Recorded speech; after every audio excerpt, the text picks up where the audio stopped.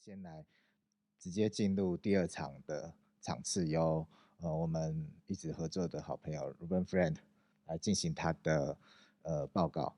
那Reuben Friend 是这次泛蓝岛双年展的策展顾问。那他今天所要讲的讲题，事实上也跟整个高美馆在南岛艺术上的推动的计划其实有关系的。那他会先从在2009年高美馆邀请的策展人 Jim Vivieaere 吉姆维维亚雷共同策划了匍匐临近这样的展览。那这个展览其实对于Reuben Friend 来说，一直都是他后续整个策展工作还有整个研究工作非常重要的一个启发。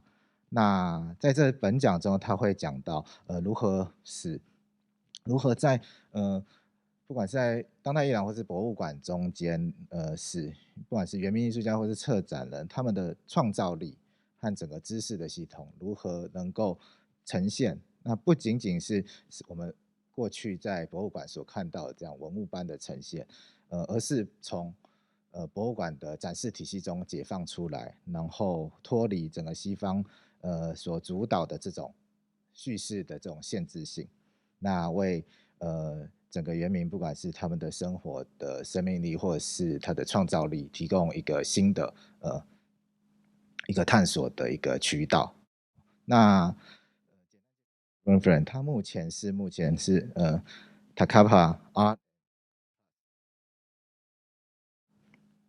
那他自己也是艺术家，他的作品其实涉及的绘画和数位的多媒体的各种媒材。那他个人的策展也广布这个纽澳地区。那近期重要的合作就是跟高美馆所合作的泛蓝岛的艺术季。那我们现在就先来欢迎他为我们呈现他的演讲，谢谢。Thank you for the introduction, and thank you to my co-presenters who did cover some of the ground that I was going to talk about. It was really interesting listening to their conversation around how biennales can decentralize conversations around art. We'll cover some of the ground that they have covered, but I'll try not to go over too much ground. So I'm going to share my screen now so you can see my presentation.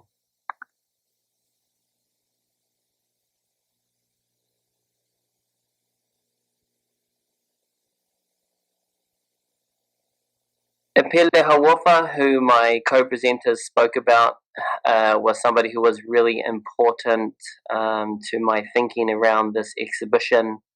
It was Epele who spoke about ideas around Austronesia, Melanesia, Polynesia as being concepts developed by Europeans and Americans who drew imaginary lines across the sea, confining us to our spaces.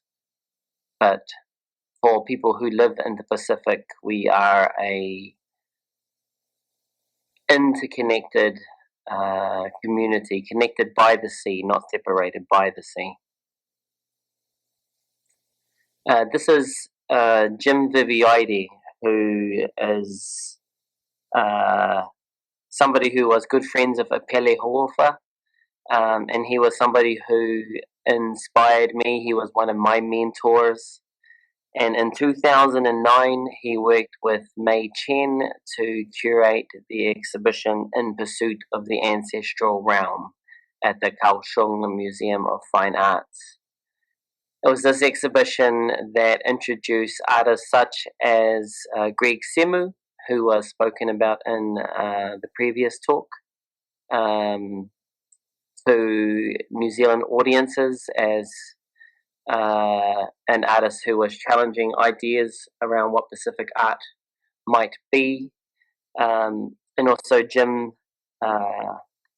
introduced this group of artists, and my apologies that the images is not a great image, but in it you'll see Shane Cotton, Lisa Rehana, Michael Tuffrey, and Greg Semu is there as well. And these were artists who were pioneers of contemporary Pacific art in New Zealand. And in New Zealand, we are the southernmost constituent of the Pacific, and we have a very, Polynesian-centric perspective in our art.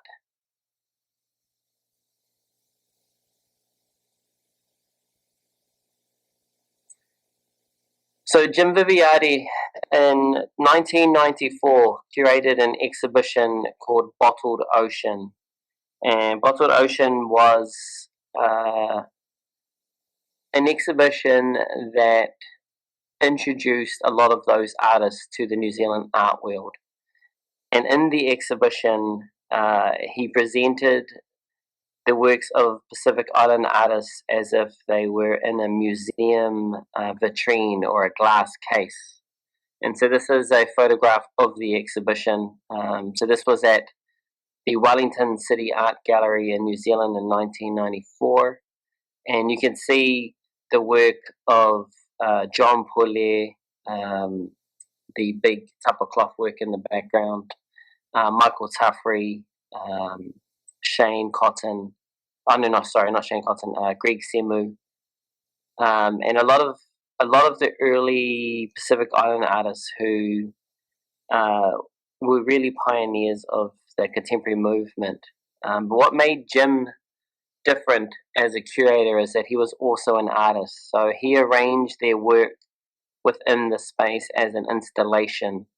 And what you can't see in that image is a glass wall that separated the viewer from the artworks.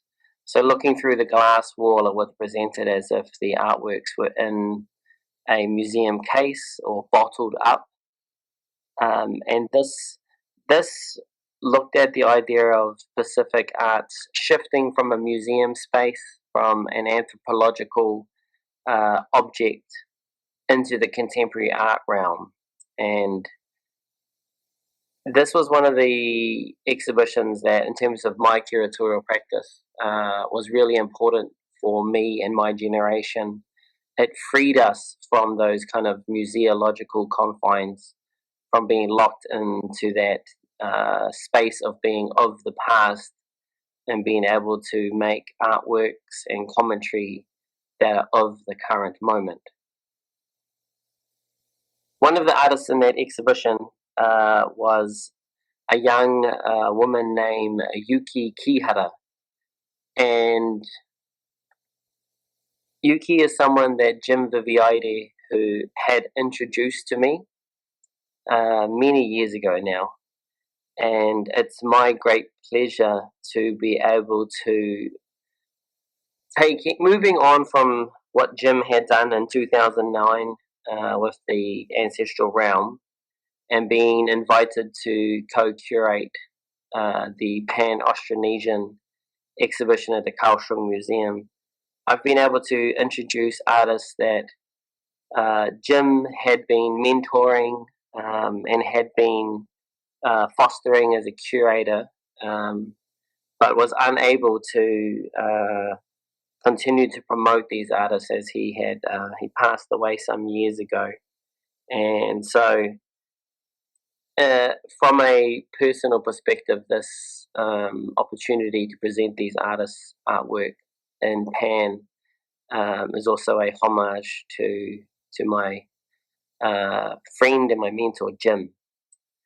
And so this is an image of Yuki Kihara, and her works are in the Pan exhibition. If my computer will scroll to the next image, there we go. Yuki is a New Zealand-born artist of Samoan and Japanese heritage. She lives in Samoa and moves between New Zealand, Samoa, and Japan. And when you look at her work, you really see that fusion of Pacific, Asia, and Aotearoa New Zealand, cultural and artistic influences merging and converging. Her work really does speak to that idea that Apele Hauofa spoke about around the islands connecting us through the ocean, where we aren't separated by the ocean, but the ocean is part of our identity. And so when you look at these works, you see these Japanese-inspired kimono with Pacific Island imagery of Samoa. So each of the images painted onto these kimono are printed in a way that bark cloth or tapa would be printed in the Pacific Islands. And so the fabric that it's made out of is made out of siapo, a Samoan type of bark cloth. And each of the images depict coral and sea life in the Pacific. And if you look up close, you'll see Coke cans and other signs of rubbish and waste. This is the first in that series, and the next series of these artworks, you see the impacts of the human industrial complex on the environment in a more intense manner. Yuki is very lucky, or New Zealand is very lucky, maybe I should say, to be able to present her work at the next Venice Biennale, and her exhibition is called Paradise Camp, which is looking at paintings by Gauguin, where he had come to Samoa and to Aotearoa, New Zealand, and had painted a lot of carvings, artworks, and people. And Yuki Kihara's work is looking at tracing some of those people and some of the images that Gauguin had painted. And so that brings me to one of the major things that's changed in the 10 years since Jim Vivieaere proposed In Pursuit of the Ancestral Realm, and that is around the reclaiming of history and the renaming of or reterming words or terminology so that they might be reflecting of how Pacific communities see themselves. And so, as my colleagues in the previous panel said, changing terminology is quite a powerful, or it's a good example of how to use power. So the word Pacific, as was mentioned in the previous panel, is often referred to as Oceania, which is something that Apeleo Hauofa spoke about. But today, artists such as Yuki Kihara and others will often refer to Moana or Te Moana Nui, which is a word that is indigenous to the Pacific or to Oceania, and is a word that people from Oceania use to identify themselves. So alongside words such as Moana or Moana communities, other words that we look at reclaiming at the moment is words such as va, which is similar to the Japanese idea of ma, which is an architectural space or a space between people. Again, kind of linking back to that idea of the ocean being a connector, a space of connection rather than a space of distance. For Yuki Kihara, particularly, words such as fa'afafine, or men who act in the manner or who are in the manner of women, are a big area of her focus. Yuki will be the first transgender artist to represent New Zealand at the Biennale, and a lot of her artworks are looking at paintings of people in the Pacific that Gauguin had done, and finding out whether those people were fa'afafine, and whether they were people who were transgender, and exploring those histories and renaming, using our words and our terminology to define ourselves. One of the other artists that Jim Vivieaere had introduced me to, and again, it's my pleasure to introduce him to audiences in Taiwan at the Kaohsiung Museum of Fine Arts, is a Niuean artist who grew up in New Zealand named John Pule. Again, John Pule spends his time between New Zealand, Aotearoa New Zealand, and Niue, and his paintings explore that idea of being part of the ocean. One of the things that defines John's work is this exploration of navigation of Va or Ma, or that space between the islands. John often talks about how communities once identified themselves through the boats or the ships or the fleets of ships that led their ancestors to different islands. For instance, my mother's family came to New Zealand around 800 years ago on a ship named the Tainui Waka, and so we often talk about being part of this Tainui confederation, and we link our ancestral roots to the Tainui Waka and people who came on that ship. But for John, who came to New Zealand in the 1970s, and that generation who came here in the 1960s and 1970s, his families came on an aeroplane.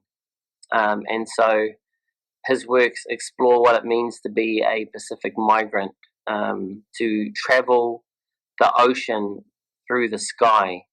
And a lot of his paintings depict Oceania as this space seen from the sky or explored from the sky.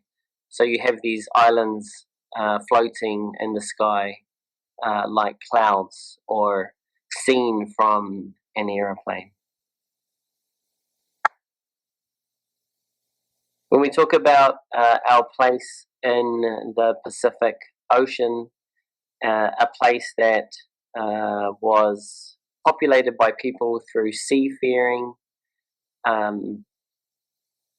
it is also important to acknowledge the negative impact of those migrations. And one of the artists who I've introduced to the Pan-Oceanesia exhibition is an artist named Ngahina Hohaia. Ngahina is a Maori artist from Aotearoa New Zealand, and her work looks at her community called Parehaka, and the impact that the arrival of Europeans in these lands had on her community. Her work in the exhibition features a series of concentric poi. A poi is a instrument that is held by the tassel or the handle and is swung around using your hands, creating a rhythm, and is often hit into different directions, creating a beat. And the sound of the beat creates a rhythm that songs and incantations can be sung to, and often those incantations record histories. In her installation, she's recorded her own song and her own incantations with her father, and the songs recall the history of their village of Parehaka, which is on the west coast of the North Island of New Zealand. Parehaka in the 1800s was one of the most technologically advanced settlements in Aotearoa New Zealand. It had electricity and sewage systems and European-style housing, often in advance of the European settlements around New Zealand at that time. The community who lived there were led by two Maori leaders, Whiti and Tohu, and because they had a vision for how a Maori community might survive within this new European world, they were able to create a model of sustainable living that allowed this Maori community to live within its customary practices, but to thrive economically. And so they were quite wealthy from their agriculture and other businesses that they were running at that time. They even went so far as to establish their own bank. And this wealth that they had accumulated and the number of people who lived there was seen to be a threat by the colonial government of the time, both economically but also potentially militarily. And they were invaded by a colonial force of around 1,500 people, and the settlement was burnt down. And so this work remembers that history, doing so through customary practices such as weaving. And so, like Yuki Kihara, and similarly like John Pule, she draws on textile practices from the Pacific, creating these poi and embroidering them with imagery that refers to those struggles of independence and sovereignty for Maori communities. And so I thought it was important to have this artwork in the exhibition so that we are not only acknowledging those things that are beautiful about the Pacific, but also some of those darker histories. And in a similar way that Yuki Kihara talks about environmental degradation in her works, Ngahi no Hohaia is often talking about the impacts and the ongoing legacy of colonization. And so these are the works that I introduced into the exhibition, and I might leave it there for now. But I did want to acknowledge Mei Chen for the inspiration that her and Jim Vivieaere had provided me in terms of the exhibition, the 2009 exhibition, In Pursuit of the Ancestral Realm, because I think that was an important show that first really began to explore those connections between Taiwan and Aotearoa. And as we move into this next phase of the world, those conversations move on to looking into the future and conversations around the environment and how the global kind of political environment as well as the physical environment.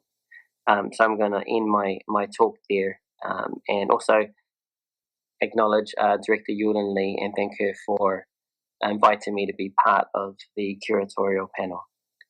Kia ora, thank you.